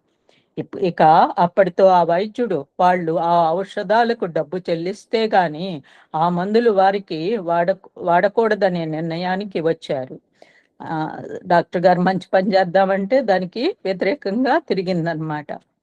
సరిగ్గా ఆయన అలా నిర్ణయం తీసుకున్న నాటి సాయంత్రమే ఆయన తన వైద్యశాల తలుపులు మూస్తున్న సమయంలో పొద్దుపోయిన వేళలో ఆయనకు సుపరిచితుడైన ఒక వ్యక్తి, అంతకుముందు పరిచయం ఉంది, అంతకు ముందు కూడా తనకు చేదు అనుభవాన్ని మిగిల్చిన వ్యక్తే, ఒక వ్యాధితో బాధపడుతూ ఆయన క్లినిక్కి వచ్చారనమాట. ఆ రోగికి చికిత్స చేయటానికి అవసరమైన ఇంజెక్షన్ మందు సీసా రాజేందర్ వద్ద ఉన్నప్పటికీ ఆయన ఆ ఇంజెక్షన్ తన వద్ద లేదని చెప్పి ఆ రోగిని త్రిప్పి పంపివేశారు. లాస్ట్ టైం బ్యాడ్ ఎక్స్పీరియన్స్ వచ్చింది కదా, మందు వాడితే దానికి పే చేయలేదన్నమాట ఈ వ్యక్తి. అందుకని ఎందుకు రిస్క్లో వెళ్తాం ఎందుకులే అని రాజేంద్ర గారు ఆయనకి ఇంజెక్షన్ లేదని చెప్పారనమాట. ఆ రాత్రి డాక్టర్ గారి స్వప్నంలో దేవి సరళామాత ప్రత్యక్షమై ఆ రోగిని నువ్వెందుకు అలా త్రిప్పి పంపివేశావు అని ప్రశ్నించారు. అదే అలా చేయటం తప్పు కదా, అందుకు సరళామాత ఆయన కళ్ళలోకి వచ్చిందనమాట. అమ్మా, ఆ మనిషి గతంలో నన్ను ఏ విధంగా మోసం చేశాడో తమకు తెలుసు కదమ్మా అని విన్నవించారు రాజేందర్. ఆ సంగతికి నాకు తెలుసు, కానీ అతనికి నువ్వు ఆ మందు వాడకపోవటం వలన ఈ రాత్రికి ఆ రోగి మరణించి ఉండేవాడు. నువ్వు అతనికి చికిత్స చేయటానికి నిరాకరించావు, నేను అతనికి సాయం చేసి కాపాడాను అని అమ్మవారు ఆ ప్రసన్న వదనంతో గంభీరంగా చెప్పారు. అది అమ్మవారి కృప అన్నమాట. వెంటనే రాజేందర్ అమ్మ పాదాలపై వ్రాలి, అమ్మా నన్ను క్షమించండి అమ్మా, నేను చేసిన పనికి క్షంతవ్యుడను తల్లి, ఆ పనికి నేను సిగ్గుపడుతున్నాను అంటూ అమ్మవారిని మన్నింపు కోరుతూ పశ్చాత్తాప ఆవేదన వెలిబుచ్చాడు రాజేందర్. అప్పుడు అమ్మవారు రాజేందర్ని హెచ్చరిస్తూ, చూడు, నేను నిన్ను వైద్యునిగా చేసింది ఇందుకోసం కాదు. ఎవరైనా రాత్రిళ్ళు ప్రాణాపాయ స్థితిలో నీ వద్దకు వస్తే నిరాకరించక వారికి తప్పక చికిత్స చేస్తానని నీవు నాకు వాగ్దానం చెయ్యాలి అని వాగ్దానం నైట్ టైం కానీ అట్టా వచ్చిన వాళ్ళకి నువ్వు సాయం చేయాలని రాజేంద్ర గారికి అమ్మవారు చెప్పారనమాట. పగటి వేళలో అయితే వెళ్ళి ఆ మందు కొని తెచ్చుకోమని వారికి నువ్వు చెప్పవచ్చు, కానీ రాత్రి వేళలో మాత్రం అది కూడని పని. ఇక ఆ తరువాత రాత్రి వేళలో తన వద్దకు చికిత్స కోసం వచ్చే ఎవరికైనా సరే డబ్బు చెల్లింపుతో సంబంధం లేకుండా ఎన్నడూ చికిత్స నిరాకరించకుండా తప్పకుండా వారికి వైద్య చికిత్సలు చేయసాగారు రాజేంద్ర కార్. ఆ విధంగా కొన్ని సంవత్సరాల కాలం గడిచిపోయింది. అంతా సవ్యంగా సాగిపోతుందని డాక్టర్ రాజేంద్ర కూడా భావించసాగారు. అంతలోనే తీవ్రమైన హృద్రోగ రూపంలో ఆయనకు ఒక విషాదం తాకింది. ఆయనకు వాటిల్లిన ప్రాణాంతకమైన ఆ గుండె జబ్బును డైలేటెడ్ కార్డియోమయోపతి DCM వైద్యులుగా గుర్తించారు. అంటే ఆయన గుండెలో ఎడమ జఠరిక ప్రమాదకర స్థాయిలో పెద్దగా ఉబ్బిపోయింది. సాఫీగా జరుగుతుంది అనుకున్న రాజేంద్ర గారికి ఆరోగ్యం కొంచెం తీవ్ర ఇబ్బందులు కలిగించిందనమాట. కటక్లోని వైద్య కళాశాల అనుబంధ ఆసుపత్రిలో 2 వారాల పాటు వివిధ పరీక్షలు చికిత్సలు నిర్వహించిన అనంతరం అక్కడి వైద్యులు ఆయనను శస్త్రచికిత్స కోసం కొత్త ఢిల్లీలోని అఖిల భారత వైద్య విజ్ఞాన సంస్థకు తక్షణమే వెళ్ళమని సలహా ఇచ్చారు. వారు సూచించిన ఆ శస్త్రచికిత్స ద్వారా ఆయన గుండెకు ఒక పరికరాన్ని సంధించి అమర్చవలసి ఉంటుంది. ఆ పరికరం ఖరీదు 8 నుండి 10 లక్షల రూపాయల వరకు ఉండవచ్చుని వారి అంచనా. అప్పటికే ఆయన తన చికిత్స కోసం 1 లక్ష రూపాయలు ఖర్చు పెట్టవలసి వచ్చింది. అంతకుముందే కొద్ది నెలల క్రితం ఆయన తన సోదరి వివాహం జరిపించవలసి రావటంతో తాను అంతవరకు పొదుపు చేసి దాచిపెట్టిన మొత్తాలన్నిటినీ ఖర్చు పెట్టేసి ఉన్నారు. ఆయనకు వైద్య శస్త్రచికిత్సల కోసం అయ్యే మొత్తాన్ని ఆర్థిక సహాయం రూపంలో అందించి ఆదుకోవటానికి ఆయనకు పిల్లనిచ్చిన మామగారు సంసిద్ధులై ముందుకు వచ్చారు. కానీ ఆ మామగారిది కూడా మధ్యతరగతి కుటుంబమే కావటం వలను, పైగా తన వలన వారి కుటుంబ పరిస్థితిని అపాయాస్పదముగా గావించకూడదనే స్థిర చిత్తముతోనూ రాజేందర్ ఆ సహాయాన్ని అంగీకరించలేదు. మనందరికీ తెలిసింది కదండి ఎంత ఖర్చు పెట్టాలో. ఇటువంటి ఆపదలు వచ్చినప్పుడు ఫ్యామిలీ హెల్ప్ చేస్తామన్నా మనకి అది మనసు ఒప్పదు. అందుకే నిన్న హైమావతం గారు మనకి మీటింగ్ అంతా ఆరోగ్యం అని ఎన్నో విషయాలని తెలియచేశారు. ముందు ఆరోగ్యం ఉంటే మనం సాధించవలసింది ఇంకా ఉందని మనం ముందు ఆల్వేస్ పాజిటివ్ యాటిట్యూడ్లో ఉండాలని, అందరం మంచి సాధనలో ఉండాలని, ముందు ఆరోగ్యం ఉంటేనే తర్వాత భగవంతుడితో మనము అనుసంధానం అవ్వచ్చు అన్నమాట. మంచిగా ఎక్స్ప్లెయిన్ చేశారు ఆరోగ్యాన్ని గురించి నిన్న. కానీ ఆయన అత్తమామలు ఆయన అభ్యంతరాలను వినిపించుకోకుండా ఆయన్ని ఢిల్లీ ప్రయాణానికి సన్నిధుడిని కావించి అవసరమైన రైలు టికెట్లు ముందస్తుగా తీసే ఏర్పాట్లు చేశారు. సాయిరామ్ అండి. అందరికీ నా హృదయపూర్వక నమస్కారాలు. తప్పులు ఉన్న క్షమించమని అందరిలో ఉన్న స్వామిని కోరుతూ మీ సీత. సాయిరామ్.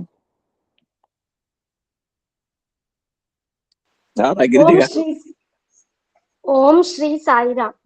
పరిపూర్ణావతారి ప్రేమావతారి ప్రేమమూర్తి అయిన భగవాన్ సత్యసాయి బాబా వారి పాదపద్మం ప్రణమిల్లుతూ అహం సత్యబోధక దివ్య జ్ఞాన యజ్ఞ వ్యవస్థాపకులైన లక్ష్మీనారాయణ మామయ్య గారికి, వారి సతీమణి వరలక్ష్మి అత్తయ్య గారికి, అహం సత్యబోధక సాధకులైన సాయి కుటుంబ సభ్యులందరికీ హృదయపూర్వక ప్రేమపూర్వక సాయిరాం. సత్యం శివం సుందరం 7వ భాగం.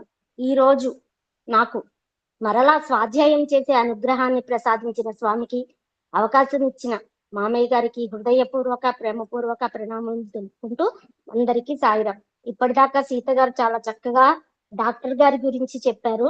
ఆ తర్వాత పారాను మొదలు పెడతాను. తన మనస్సును ముల్లువలే గుచ్చుకుంటున్న అటువంటి తీక్ష్ణమైన పరిస్థితుల నుండి తనను కాపాడి రక్షించవలసిందిగా దేవి సరళామాతను తీవ్రంగా ప్రార్థించసాగాడు డాక్టర్ రాజేందర్ గారు. ఆయన దేవి భక్తుడు. స్వామి ప్రార్థించారు అమ్మవారిని. ఢిల్లీకి ప్రయాణం అయ్యేందుకు ఇంకా 3 రోజుల వ్యవధి ఉందనగా ఒకనాటి అర్ధరాత్రి సమయంలో డాక్టర్ రాజేందర్ కార్ స్పష్టమైన ఒక కలగన్నాడు.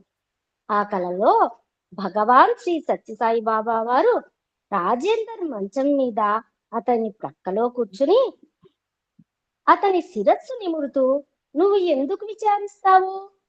నా నిరుపేద రోగులకు నీవు ఎంతో సేవలు చేస్తూ వచ్చావు కదా, నేను నీకు అంత మాత్రం సహాయం చేయలేనా? నువ్వు ఢిల్లీకి వెళ్ళవద్దు, నా సూపర్ స్పెషాలిటీ ఆసుపత్రికి రా. అక్కడ నేను నీకు ఏ ఖర్చు లేకుండా ఉచితంగా శస్త్రచికిత్స జరిపిస్తాను అని ఆ డాక్టర్కి అభయ ప్రదానం చేశారు. రాజేంద్ర గారికి స్వామి కలలో కనపడి, నువ్వు ఉచితంగా పేదవాళ్ళందరికీ సేవ చేస్తున్నావు, ఈ సహాయం నేను నీకు చేయలేనా, నా దగ్గరికి రా అని చెప్పారు. అమృతతుల్యమైన భగవాన్ల దివ్య వాక్కులలో వెలువడిన అంతటి సుస్పష్టమైన అభయ వర ప్రదానంతో ఒక్కసారిగా రాజేందర్కి మెలకువ వచ్చింది. అప్పటికే అతని ఒళ్ళంతా చెమటలు పట్టి తడిసి ముద్దైపోయింది. వెంటనే ఆయన తన కుటుంబ సభ్యులందరినీ నిద్రలేపి వాళ్లకు తన స్వప్న వృత్తాంతమంతా విపులంగా విశదీకరించాడు. వారందరూ అంతకు ముందు అనేక చోట్ల బాబావారి చిత్రపటాలు చూచి ఉన్నారు, కానీ వాళ్లలో ఎవరికీ భగవాన్ గురించి అంతగా తెలియదు. తన వద్ద తగినంత ధనం లేకపోవటం వలన మూఢమైన ఆ స్వప్న వృత్తాంతం చెప్తున్నాడని రాజేందర్ను అతని అత్తమామలు ఎత్తి పొడిచారు. కానీ రాజేందర్ భార్య మాత్రం తన భర్త స్వప్న వృత్తాంతం పూర్తిగా సత్యమని మనస్ఫూర్తిగా నమ్మింది. వాళ్ళు డబ్బులు ఇస్తానంటే చేయించుకోవట్లేదు, ఏదో ఇది కళ అని చెప్పేసి అత్తమామలు తప్పుగా మాట్లాడటం, కానీ భార్య మాత్రం మనస్ఫూర్తిగా నమ్మింది. అతడి స్నేహితుల ద్వారా విచారించగా భగవాన్ శ్రీ సత్యసాయి బాబా వారు పుట్టపర్తిలో ఒక సూపర్ స్పెషాలిటీ ఆసుపత్రిని నెలకొల్పారని, ఆ ఆసుపత్రిలో శస్త్రచికిత్సలతో సహా సకల వైద్య సేవలు పూర్తిగా ఉచితంగా చేస్తారని రాజేందర్కి తెలిసింది. మారు మాట్లాడకుండా ప్రశాంత చిత్తంతో అతడు రైల్వే స్టేషన్ కి వెళ్లి తమ ఢిల్లీ ప్రయాణపు టిక్కెట్లను రద్దు చేసుకుని పుట్టపర్తికి ముందస్తు టిక్కెట్లు ఏర్పాటు చేసుకుని వచ్చారు. పుట్టపర్తి ప్రయాణానికి 1 రోజు ముందర రాజేందర్కు కలలో మరొకసారి దర్శనమిచ్చారు భగవాన్. నువ్వు పుట్టపర్తి ఆసుపత్రికి వెళ్తే నీకు ఆపరేషన్ చేయటం ఆలస్యం అవుతుంది. ఇప్పటికే ఆ ఆసుపత్రిలో శస్త్రచికిత్సలు చేయవలసి ఉన్న వారి జాబితాలో అనేక మంది వేచి చూస్తున్నారు. దానికి బదులుగా నువ్వు బెంగళూరు ఆసుపత్రికి వెళ్ళు అని ఆ స్వప్నంలో భగవాన్ అతనిని ఆదేశించారు. పుట్టపర్తిలో ఎక్కువ మంది రోగులు ఉన్నారు, ఇంకా అందుకని బెంగళూరుకి వెళ్ళమని కలలో ఆయనకి తెలియచేశారు. బాబా మీకు బెంగళూరులో కూడా ఇంకొక సూపర్ స్పెషాలిటీ ఆసుపత్రి ఉందా అని అమాయకంగా ప్రశ్నించిన రాజేందర్ కళ్ళలోకి ప్రేమ నిండిన దృక్కులతో చూస్తూ నువ్వు ఇక్కడ ఒక మారుమూల గ్రామంలో ఉన్నావు. నా గురించి ఏమీ చదువవు, తెలుసుకోవు, మరి నీకెలా తెలుస్తుంది అని ఆశ్చర్యంతో ప్రశ్నించారు అనంత కరుణామూర్తి భగవాన్ బాబావారు. ఆయన ఎంత అమాయకంగా అడిగారో స్వామి అంత చక్కగా సమాధానాన్ని తెలియచేశారు. తన భార్యను, కుమారుడిని, తన సోదరిని వెంటబెట్టుకొని బెంగుళూరుకు ప్రయాణమయ్యాడు డాక్టర్ రాజేందర్. వైట్ ఫీల్డ్ లోని శ్రీ సత్యసాయి సూపర్ స్పెషాలిటీ ఆసుపత్రి ఆవరణలో ప్రవేశించి ఆ దివ్య ప్రేమ మందిరంలో విశాలమైన మధ్య హాలులోని ఎత్తైన ప్రార్థనా పీఠం పైనున్న భగవాన్ బాబావారి దివ్య చిత్రపటం ముందు నిలబడి 2 చేతులు జోడించి ప్రార్థిస్తూ ఉన్నంతలోనే తన ప్రాణం, తన జీవితం రెండూ భగవంతుడి దివ్య అభయ హస్తాలలో సురక్షితంగా ఉన్నాయని డాక్టర్ రాజేందర్ మనస్సులో ప్రస్ఫుటంగా స్ఫురించింది.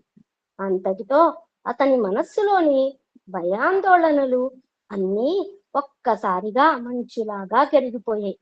స్వామిని చూస్తే ఏది ఉన్నా మనము ఆ బాధలు మొత్తం మటుమాయమైపోతాయి. అలానే ఆయనకి చక్కటి ధైర్యం కలిగింది. ఆ హాస్పిటల్ సిబ్బంది పేరు నమోదు చేసుకోవటం వంటి లాంఛనాలన్నీ పూర్తిగా కానీ అతనిని తన వైద్య ఆరోగ్య నివేదికలన్నింటితో సహా ఆ ఆసుపత్రి హృద్రోగ చికిత్సా విభాగ అధిపతి అయిన డాక్టర్ పికే దాస్ ను కలువవలసిందిగా రాజేందర్ కు సూచించారు.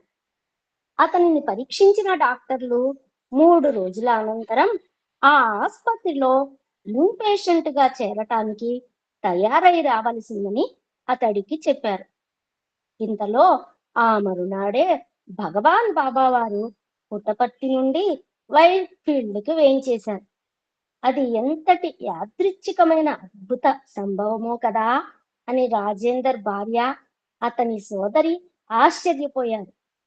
కానీ రాజేందర్ మాత్రం అది యాదృచ్ఛికము, కాకతాళీయము కానే కాదని నొక్కి వక్కాణించాడు.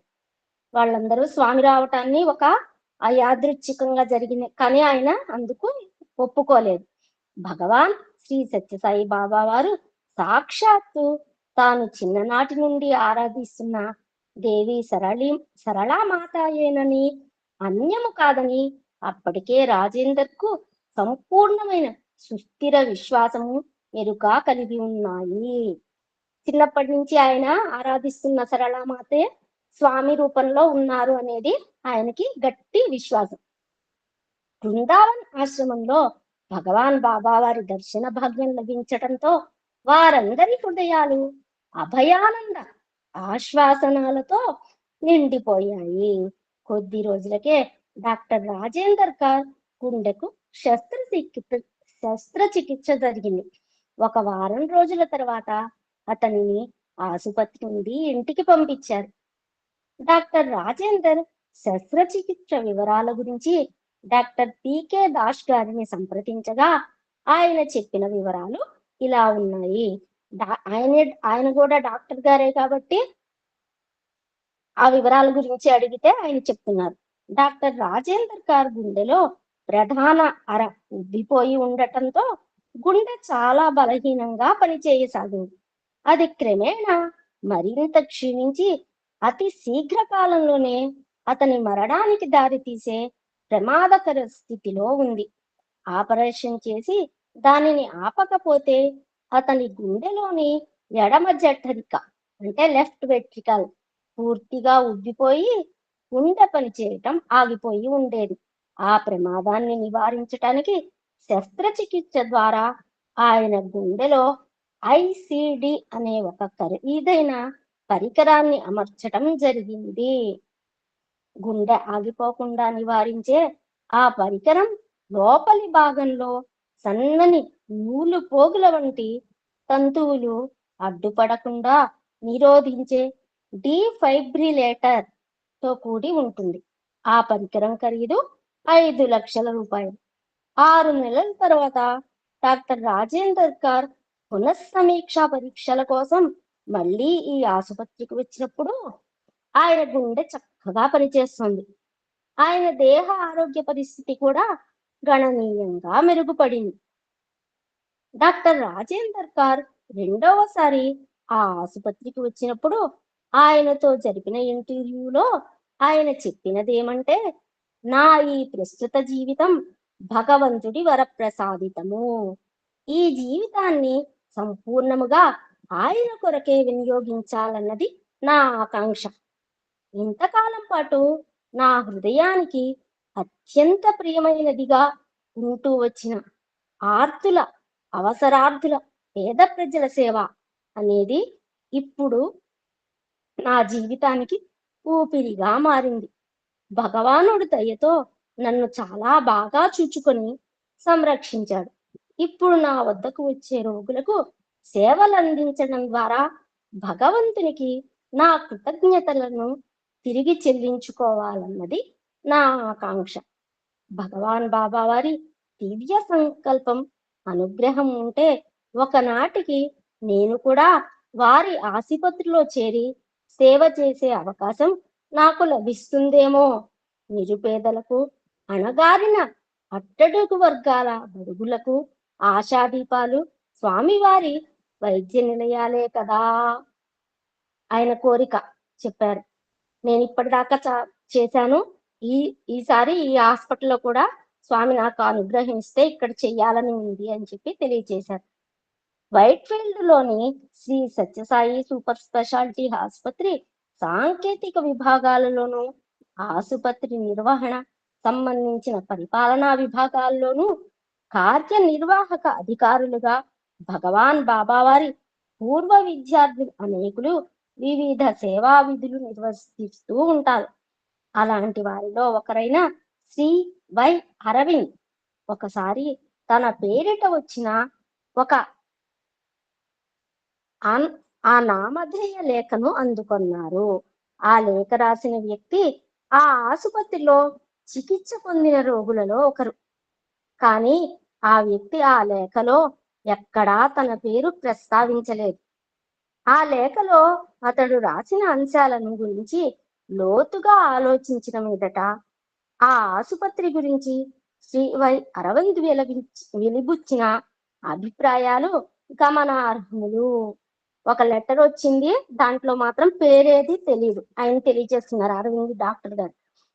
అత్యున్నత శ్రేణిలో వైద్య సేవలు అందించే టెరిషరీ అంటే తృతీయ స్థాయి ఆసుపత్రులన్నింటిలోనూ ప్రతి చోట అధునాతన శస్త్రచికిత్సలు నిర్వహించటం అనేది సర్వసాధారణ విషయం. పుట్టపర్తిలోను, వైట్ ఫీల్డ్ లోను ఉన్న భగవాన్ బాబా వారి సూపర్ స్పెషాలిటీ ఆసుపత్రిలో కూడా అదే విధంగా అధునాతన శస్త్రచికిత్సలు నిర్వహిస్తూ ఉంటారు. అందులో విశేషమేమీ లేదు. కానీ మిగిలిన ఆధునిక వైద్యశాలలకు, భగవాన్ వైద్య సంస్థలకు మధ్య చాలా వ్యత్యాసం ఉంది. కార్పొరేట్ హాస్పిటల్లో వైద్యం చేస్తూ ఉంటారు వాటికి వీటికి, కానీ స్వామి హాస్పిటల్లో చాలా తేడా ఉంటుంది. స్వామి చెప్తారు కదా, వచ్చే రోగులు ఆనందంగా ఉంటారు, వాళ్ళతో వచ్చిన వాళ్ళు కూడా ఆనందంగానే ఉంటారు అని చెప్పేసి స్వామి మనకు తెలియజేస్తారు. అలా అందరూ ఆనందంగానే ఉంటారు అని చెప్తారు. అది చాలా ఈ ఆసుపత్రిలో వైద్య శస్త్రచికిత్సలన్నీ పూర్తిగా ఉచితముగా చేయబడుతున్నాయి. నిజమే, ఈ ఆసుపత్రిలోని అత్యంత అధునాతన సాంకేతిక, వైజ్ఞానిక, యంత్ర పరికరాల పరంగా చూస్తే అభివృద్ధి చెందిన ప్రపంచ దేశాల్లోని ప్రధాన ఆసుపత్రులన్నింటిలో వేటికి తీసిపోని ధీటైన స్థాయిలో ఉన్నవన్న విషయం కూడా వాస్తవమే. అలాగే ఈ ఆసుపత్రిలో రోగులు అత్యంత శీఘ్రగతిన కోలుకుంటారన్న విషయము కూడా వాస్తవమే. అదేవిధంగా ఈ ఆసుపత్రులకు వచ్చే రోగులందరికీ ఎలాంటి వ్యత్యాసాలు లేకుండా ఒకే రకమైన ప్రేమ ఆధారాలతో సేవలు అందిస్తారన్న విషయం కూడా వాస్తవమే. ఇలాంటి విశిష్టతలను, ప్రత్యేకతలను ఎన్నింటినీ వివరించినా కూడా శ్రీ సత్యసాయి ఉన్నత వైద్య విజ్ఞాన సంస్థల గురించిన రూపురేఖలు, గుణగణాల వర్ణన ఇంకా అసంపూర్ణముగానే మిగిలిపోతుంది. ఎందుకంటే దివ్యమైన ఆ స్వస్థతా నిలయాలలోకి ఒక వ్యక్తి అడుగు పెట్టడంతోటే ఆ వ్యక్తిలో ఏకకాలంలో అనేక స్థాయిల్లో శస్త్రచికిత్సలు చోటు చేసుకుంటాయి. ఇక్కడ జరిగే శస్త్రచికిత్సలు కేవలం భౌతిక దేహానికి మాత్రమే కాకుండా అత్యంత నిశ్శబ్దంగా, స్పష్టంగా, నిర్దిష్టంగా ఆది భౌతిక స్థాయిలో కూడా ఆ వ్యక్తిలో అనేక మార్పులు తప్పక సంభవిస్తాయి. ఇక అటు పిమ్మట ఆ వ్యక్తి అన్ని విధాలుగా ఒక నూతన వ్యక్తిగా మారి తన ఇంటికి తిరిగి వెళ్తాడు. రాజేంద్ర గారు అనుకున్నారు కదా నాకు ఇక్కడ సేవ చేయాలని, అలా ప్రతి ఒక్కరూ అక్కడ వైద్యం చేయించుకొని మారుతూ ఉంటారు, కొత్త వ్యక్తిలాగా బయటికి వెళ్తారు అని చెప్పి తెలియజేస్తున్నారు. ప్రతి విషయాన్ని అతి సున్నితంగా సునిశితంగా పరిశీలించే శ్రీ వై అరవింద్ హృదయాన్ని, ఆలోచనను అంతగా ప్రేరేపితము గావించిన ఆ నామధేయ లేఖలో లేఖాకారుడు రాసిన కొన్ని ముఖ్య భాగాలు ఇప్పుడు పరికించుదాము. ఆయన పేరు మాత్రం చెప్పలేదు. హృదయాంతరాల నుండి పెళ్ళుబికే కృతజ్ఞతా భావనలను వ్యక్తపరిచే అవకాశం అందరికీ తరచుగా లభించదు. కానీ అటువంటి ఈ అవకాశం నాకు లభించటం నా సౌభాగ్యముగా భావిస్తున్నాను. ఒక వ్యక్తి జీవితంలో లభించిన ప్రతి విషయానికి అతడు కృతజ్ఞుడై ఉండాలని నా తల్లిదండ్రులు నాకు ఇప్పుడు చెప్తూ ఉండేవారు. కానీ నాకు, నా కుటుంబానికి ఒక నూతన జీవితాన్ని, ఒక నూతన ఆశను, ఒక నూతన విశ్వాసాన్ని ప్రసాదించిన స్వాస్థ్యతా దేవాలయానికి నా కృతజ్ఞతలు వ్యక్తం చేయటానికి ఏ భాష, ఏ పదములు వాడాలో నాకు తెలియటం లేదు. నేను విద్యారంగానికి చెందిన వాడిని. అందువలన ఈ నా లేఖ తరగతి గదిలో అధ్యాపకుడు ఉపన్యసించే ధోరణిని ధ్వనిస్తూ ప్రారంభమవుతున్నందుకు నన్ను మన్నించండి. పాత అలవాట్లు మానుకోవటం అత్యంత కష్టంతో కూడిన పని కదా. అందున నేను 45 వసంతాలు పూర్తి చేసుకున్న వాడిని కూడా. ఆయన రాస్తున్నారు, నేను విద్యాధికుడిని, అందుకని నా లేఖ ఇలా ప్రారంభిస్తున్నాను. నాకు ఇప్పటికీ 45 సంవత్సరాలు పూర్తి అయ్యాయి అని చెప్తున్నారు. వైట్ ఫీల్డ్ లోని సూపర్ స్పెషాలిటీ ఆసుపత్రికి రావటానికి పూర్వం నేను ఒక నాస్తికుడిని. నాకు దైవంలో విశ్వాసం ఉండేది కాదు. సృష్టిలోని జీవన పరిణామ చక్రంలో అత్యంత ఉత్కృష్టమైన పరిణతి చెందిన జీవి మానవుడన్న సత్యాన్ని నేను విశ్వసించేవాడిని. ఇప్పటికీ నా విశ్వాసం అదే. అయితే ఇంతకు ముందు కాలంలో మానవాతీత శక్తి యొక్క ఉనికిని నేను విశ్వసించేవాడిని కాను. ఈ ప్రపంచంలో సంభవించే ప్రతి విషయానికి తప్పనిసరిగా ఒక శాస్త్రీయ వివరణ ఉండి తీరాలన్న భావనతో, ఆలోచన రీతిలో నేను ఉండేవాడిని. మానవ జన్మ చాలా గొప్పది అని నమ్మేవాడిని. అలానే ఏది జరిగినా ఒక సైన్స్ అనేది ఉంటుంది అనే ఆలోచనతో ఉండేవారట. కారణం లేకుండా ఏ కార్యము సంభవించదు కదా. అదే విధంగా ఒక వ్యక్తి జీవితంలో సంభవించే ప్రతి విషయం అతడి కర్మల ఫలితమే కదా. ఆ విధంగా చూస్తే మానవుడి భవితవ్యాన్ని బాగు చేసుకోవటం కానీ, చెడగొట్టుకోవటం కానీ అతని చేతుల్లోనే ఉంది. కాబట్టి నిష్కర్షగా చెప్పాలంటే కడపటికి మానవుడే పరమోత్కృష్టుడు, తనకు తానే సర్వాధికారి, యజమాని. నా మనస్సులో ఉండిన ఈ శాస్త్రీయ ధోరణి కారణంగా నేను చేసే పనులన్నింటికీ తక్షణ ఫలితాల కోసం ఎదురు చూడటం నాకు అలవాటైపోయింది. నేను బాహ్యముఖుడినై అన్నింటినీ చురుకుగా పరిశీలించే గుణం కలిగి ఉండటం వలన నేనొక పని రాక్షసుడి వలె నిరంతరం పట్టుదలతో పనిలో నిమగ్నమయ్యే కృషీవలుడిని కావటం వల్ల ఏ పనికైనా ఫలితం రావటం ఆలస్యమైతే భరించే ఓర్పు, సహనం నాకు ఉండేవి కావు. కర్మ సిద్ధాంతం, పునర్జన్మలు, ఇంకా ఇటువంటి ఇతర వేదాంత తత్వ విచారణలు నా దృష్టిలో కేవలం కొద్ది మంది వ్యక్తులు వారి జీవితాలలో ఎదురయ్యే బాధల నుండి, దుఃఖాల నుండి దూరంగా పారిపోవటానికి ఏదో ఒక కల్పితమైన చైతన్య స్థితిలో తమ అస్తిత్వాన్ని కోల్పోవటానికి ఇష్టపూర్వకంగా సంసిద్ధులై ఎంచుకున్న పలాయన వాదంలో వారు విహరించే కాల్పనిక భావాలు, ఊహలు మాత్రమేనని, అట్టివారు తమ ప్రస్తుత అల్పత్వాలకు తమకు ఏమాత్రం తెలియని గత జన్మలలోని కారణాలను ఆపాదించటానికి ఎంచుకున్న అదొక మార్గం మాత్రమేనని నా దృఢ విశ్వాసం.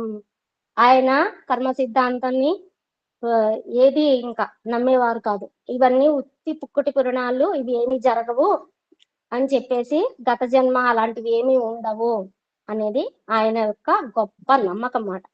అలాంటి వారు తమ సౌకర్యార్థం ఏర్పరచుకునే ఇలాంటి అనుకూల వేదాంతాలను నేను అంగీకరించలేకపోయేవాడిని. నాకు సంబంధించినంత వరకు అన్ని ప్రశ్నలకు, అన్ని సమస్యలకు విజ్ఞాన శాస్త్రంలో సమాధానాలు, పరిష్కారాలు ఉన్నాయి. ఇది అప్పటి నా భావన. ఆయన మొత్తం ఏదైనా సైన్స్ ద్వారానే జరుగుతుంది, సైన్స్ అతీతమైనది ఏమీ లేదు అనేది ఆయన అప్పటి భావన మాట. తార్కిక జ్ఞానాన్ని కూడా ధిక్కరించి తిరస్కరించే ప్రశ్నలకు కూడా విజ్ఞాన శాస్త్రం సదా సమాధానం కలిగి ఉంటుందనేది అప్పటి నా వాదన. తర్కానికి అందని జటిలమైన విషయాలకు మానవుడు ఇంకా సమాధానం కనుక్కోలేదు అనేది నా వాదన. కానీ ఒక రోజున అంతా మారిపోయింది. దరిదాపుగా 40వ జన్మదిన ప్రాంతంలో నాకు ఛాతీలో హఠాత్తుగా నొప్పి కలిగింది. వెంటనే నేను విశ్రాంతి తీసుకోవటంతో అప్పటికి తాత్కాలికంగా ఆ నొప్పి ఉపశమించింది. కానీ ఎందుకైనా మంచిదన్న దూరదృష్టితో నేను ఒక హృద్రోగ వైద్యుడిని సంప్రదించగా ఆయన నాకు స్వల్పంగా గుండెపోటు వచ్చిందని, అది రాబోయే పెనుముప్పుకు సూచన అయిన నాంది ప్రస్తావన మాత్రమే కావచ్చని చెప్పాడు. కొరనరీ ఆర్టరీ జబ్బు నివారించదగ్గదేనని నాకు తెలుసు. ఆయన వ్యాయామాలకు సంబంధించి నా అలవాట్లు ఆ జబ్బును నివారించటానికి అనుకూలముగా లేవన్న సంగతి కూడా నాకు తెలుసు. నేను మాంసాహారాన్ని అమితమైన ప్రీతితో తినేవాడిని. అంతేకాదు, కొన్ని వంటకాలను స్వయంగా వండటం కూడా నేర్చుకున్నాను. ఆ విధంగా నా రక్తనాళాలలో క్రొవ్వు మరింతగా పెరిగేందుకు నేనే దోహదం చేసేవాడిని. మద్యపానీయాలు సేవించే విషయంలో కూడా నేనంతే. చాలా ఎక్కువ మోతాదుల్లో వాటిని ఆనందిస్తూ సేవించేవాడిని. అంత అధిక మోతాదులో మద్యపానీయాలను నా కాలేయం భరించలేదని తెలిసినా, ఎంత మద్యం త్రాగినా భరించగల ఇనుప జీర్ణకోశం నాది అని గర్వించేవాడిని. నా జీవిత శైలి అధోగతిలో వినాశకర మార్గంలో నడుస్తోందని, అది నాకు చేటు తెస్తుందని తెలిసినా నేను ఆ విషయం ఏమాత్రం పట్టించుకోకుండా నా దృష్టిని వేరు దిశల్లో, వేరు మార్గాలలో మలుపుకోసాగాను. ఆయనకు అన్ని తెలిసినా కూడా, ఆయన చేసేది తప్పు అని తెలిసినా కూడా అది మార్చుకోలేకపోయారు. నా పరిస్థితి చాలా ఘోరంగా, భయంకరంగా ఉందని వైద్యులు స్పష్టంగా చెప్పారు. వారు చెప్పిన ప్రకారం నాకున్న వ్యాధి పేరు ట్రిపుల్ వెసెల్ వ్యాధి, అంటే 3 రక్తనాళాలకు సంబంధించిన వ్యాధి. నా జబ్బు వివరాలకు సంబంధించిన వైద్య పత్రాల ఫైలులో నా గుండె రేఖా చిత్రంలో గుండెకు ఎడమ వైపున పైనుండి దిగే ధమనిని సూచిస్తూ లెఫ్ట్ యాంటీరియర్ డిసెండింగ్ ఆర్టరీ అంటే LAD ఒక బాణం గుర్తు గీచి ఉంది. ఆ ధమనిలో కొంత భాగం పూడుకొని పోయి రక్త ప్రసరణకు అడ్డంకి ఏర్పడింది. అది కూడా 90% అడ్డుపడటం జరిగిందని డాక్టర్లు చెప్పారు. అది నిజంగానే భయోత్పాతం కలిగించే హెచ్చరికే. నేను ఇంటర్నెట్లో, ఆన్లైన్లో శోధించి నా వ్యాధి గురించి కొంతవరకు అధ్యయనం చేశాను. LAD వ్యాధి వలన అధిక శాతం రోగులకు మరణం తథ్యం కావటం వలన ఆ జబ్బు ఉన్న రోగుల భార్యలను భర్తృవిహీనలను కావించే రోగంగా దాని గురించి పేర్కొనటం జరిగింది. ఆ వ్యాధి వల్ల ఆయన చనిపోతారు, భార్య ఇలా అవుతుంది అని చెప్పేసి ఆయన తెలుసుకున్నారు. నేను వివాహితుడను, నాకు భార్య, 2 కుమారులు ఉన్నారు. వారిని అనాథలుగా చేసిపోయే హక్కు నాకు లేదు. మా అబ్బాయిలిద్దరూ ఇంకా చదువుకుంటూనే ఉన్నారు. నా అర్ధాంగి కూడా సంపాదనాపరురాలుగా నా కుటుంబం కోసం పాటుపడుతున్న సభ్యురాలే. ఈ విషయాలు నా మనసులో స్ఫురించగానే నేను ఒక్కసారి నా గతంలోకి, నా జీవితంలోకి తిరిగి చూచుకొని జీవితం పట్ల ఆపేక్షతో, ఆకాంక్షతో ఆలోచించసాగాను. నా శాస్త్రీయ హేతుబద్ధమైన ఆలోచనలు ఎట్టి పరిస్థితుల్లోనూ తప్పు కానేరవని, అవి నన్ను పొరపడనివ్వవని అప్పటి వరకు నా గురించి నేను ఎంతో గర్వంతో విర్రవీగుతూ ఉండేవాడిని. కానీ అవే శాస్త్రీయ హేతుబద్ధ ఆలోచనలు స్పష్టంగా, బిగ్గరగా నన్ను హెచ్చరిస్తూ నాపై సంధించి విసురుతుండిన సందేశాలను నేను నిర్లక్ష్యం చేశాను. అమ్మ సాయిరామ్. ఓం శ్రీ సాయిరామ్. నాకు ఈ అనుగ్రహాన్ని ప్రసాదించిన స్వామికి, నాకు ఈ అవకాశం ఇచ్చిన పెద్దలందరికీ, మరి ఒకసారి నాకు చదివే అనుగ్రహాన్ని ప్రసాదించిన లక్ష్మీనారాయణ మామయ్య గారికి హృదయపూర్వక ప్రేమపూర్వక ప్రణామం తెలుసుకుంటూ అందరికీ సాయిరామ్.